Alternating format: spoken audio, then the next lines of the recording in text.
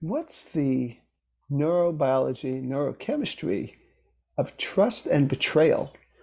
That's what this is about today. We're going to talk about what happens, what creates trust in terms of speaking from neurobiological and neurochemical terms, and what happens with our bodies and our brains when there's betrayal. I'm going to talk about the chemical oxytocin, the hormone oxytocin, and I am going to talk about its relationship to what I call polyvagal theory. And I want you to, as you're listening to this, I think it'll be a great way for you to start to understand what really goes on.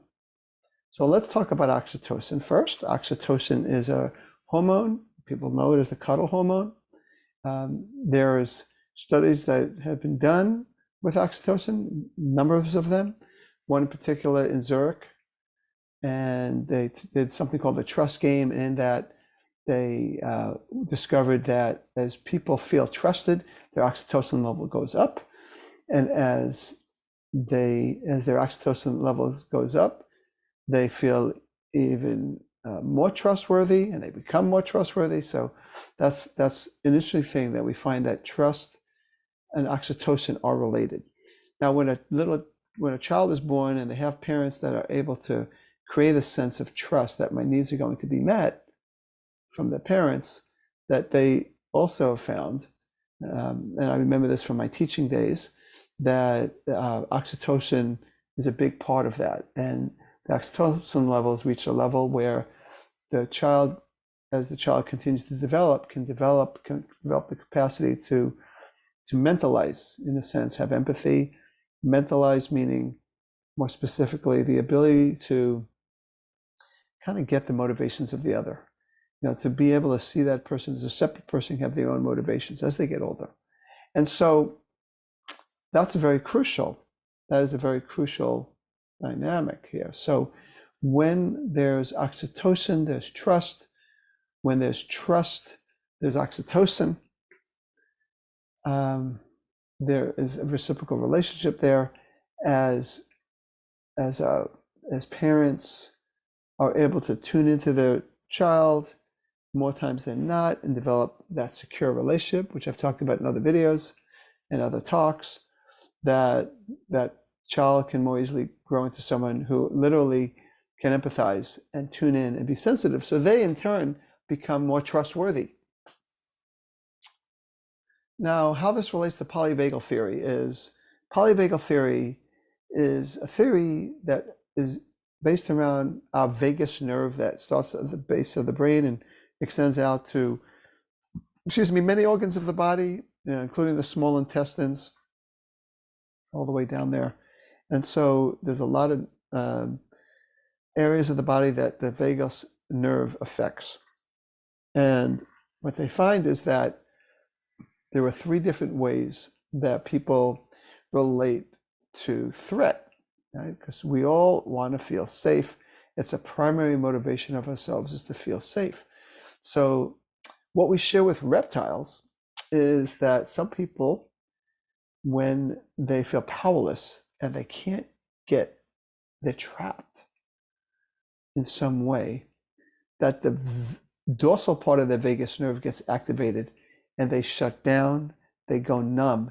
It's a way to regulate their emotions so that it's a way to deal with and bear pain, to bear the pain of having a traumatic situation and no way out.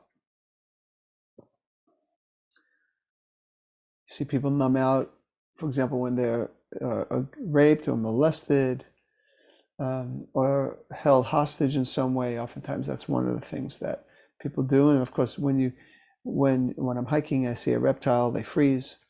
The deer in the headlights freeze. Okay. So the next level of vagus nerve, the next level of how we deal with stress is activation of the sympathetic nervous system. In the sympathetic nervous system, whereas the dorsal part of the vagus nerve activates our immobilization to defend ourselves, the sympathetic nervous system activates our mobilization to defend ourselves. So we fight, or we flight, run away, or whatever. And Of course, as we talk about infidelity and that betrayal, you start to see that some people, their dorsal part of the vagus nerve gets activated and they shut down. They can't deal with it. They're in shock, they're in denial, or they just stop feeling for a while, hopefully not for too long. Of course, that's what I do. I help people, have healthier ways eventually to deal with their emotions so that they don't stay shut down, because we don't want to live our lives shut down. Likewise, then there can be the hypervigilance, the hyperarousal of the sympathetic nervous system. So, and this is all related to post-traumatic stress disorder, where people will, there's really a good biology lesson, biopsychology lesson here, but people deal with trauma in a variety of ways. One is they can shut down, and that's when the dorsal vagus gets activated and they numb themselves out to some degree, or they could be hypervigilant, being detectives, never resting, never sleeping, hardly ever sleeping. I have quite a few of those couples right now where the person who's betrayed just doesn't let themselves rest because they're in a state of alert. They feel a sense of danger, and the way they're trying to be safe is by, in a hyper way, mobilizing themselves to protect themselves from oncoming danger. The third way of dealing with stress and challenges is when the ventral aspect of the vagus nerve gets activated. It actually goes to the ventral parts of the brain that are a little bit more evolved, as opposed to the dorsal that hits the brainstem, and it's what we share with the reptiles. And in those cases, oxytocin can put the brakes on the fight or flight,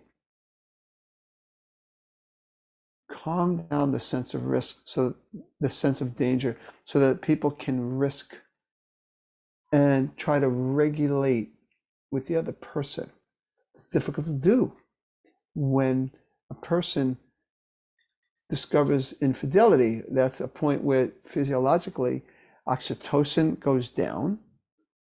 There's a lot of oxytocin receptors in the amygdala, which is the fear, the alarm system of the brain. And so there's a relationship there where there's less oxytocin. The activation of the fear response of the amygdala makes a person wary and alert.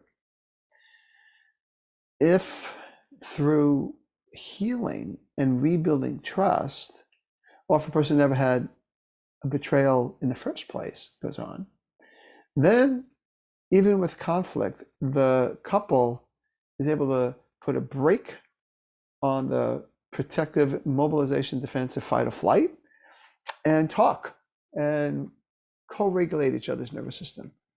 I'm angry about that. Oh, okay, tell me about it. A lot of what I do is I help people stay present to each other even through pain. So what I find with people that have gone through this breach of trust, this infidelity, is that they have a really difficult time for a while regulate each other's nervous system. And that makes sense. The betrayed person is angry, is hurt, is either numbed out or immobilized, more immobilized, or mobilized by being a sleuth, a detective, being angry, looking for the worst in the other person. The person who's betrayed oftentimes is panicked themselves, and so they end up being very self-protective, and so they don't do anything to begin the healing of trust at first, because they don't want to talk about it. One of the things I've learned is one of the ways that a person who's betrayed feels safe is by the sense of knowing things. They need to know what happened. Reveal your secrets to me, all of them, not drip it out one at a time, a little bit at a time. And it goes opposite of the protective mechanisms of the person who did the betrayal. They're trying to, minimize damage, and what they're doing is they're actually maximizing damage. They're lengthening the process of distrust and delaying any movement towards trust, again, where oxytocin can be built up again, and there can be this capacity to mentalize, empathize, and regulate each other's nervous system. So that's it. That there probably is evolutionary advantages to lowering oxytocin. At times, it's important to not be trusting, right? We can be in danger, and at the same time, I think what happens is as people do the work of building and renewing their connection, oxytocin can start to go up again, and that leads to forgiveness. So forgiveness is a way of being able to, shed our own fears, not be so hypervigilant, not be shut down, not be so hyper, kind of resting in more trust with the other person again, and then being in a position where they could regulate each other's nervous system, and their relationship dynamics have hit maybe a more deeper, mature level, that now they could regulate even after this crisis of infidelity, that there's a restoring of the oxytocin, the amygdala stops activating so much, the reward system of trust, which is another part of the brain, that gets reactivated, because it does feel good to trust again. It does feel good. And in order for that to happen, both people need to do the work of that. The person who betrayed has to give the person who betrayed reasons to trust. And like I say, sometimes the reflexes of the person who betrayed actually make it worse. Because, I was just talking to a woman who cheated on her husband, and I say, how often times do you bring up what you did and try to reassure him and tell him, I understand why I did it, and this is what I'm working on so it won't happen again? She goes, I never bring it up because I don't want him to feel bad again. And so I said, but he brings it up. She goes, yeah, he does. I said, well, why should he be the one to bring it up? Your job is to evoke this trust. And what we have to understand is, again, there's that neurobiological and neurochemical contingent that happens as we build trust. So our behaviors affect our neurobiology and our neurochemistry, which then can oftentimes affect our behavior as we build that trust. So just like there's a downward spiral of distrust, there's the upward spiral of trust. Downward spiral of decreasing oxytocin and increasing amygdala activation, and there's also the increase of oxytocin and the decrease of the activation of the amygdala. There's a lot more about the brain, but this is about as far as I want to go with it. It's just probably one of the most essential parts of trust, betrayal, and then retrust. So that's what I wanted to say about the science of healing and the effects, the neurobiological aspects of trust and betrayal. So thank you for listening. This is Todd Krieger, making the world safe for love.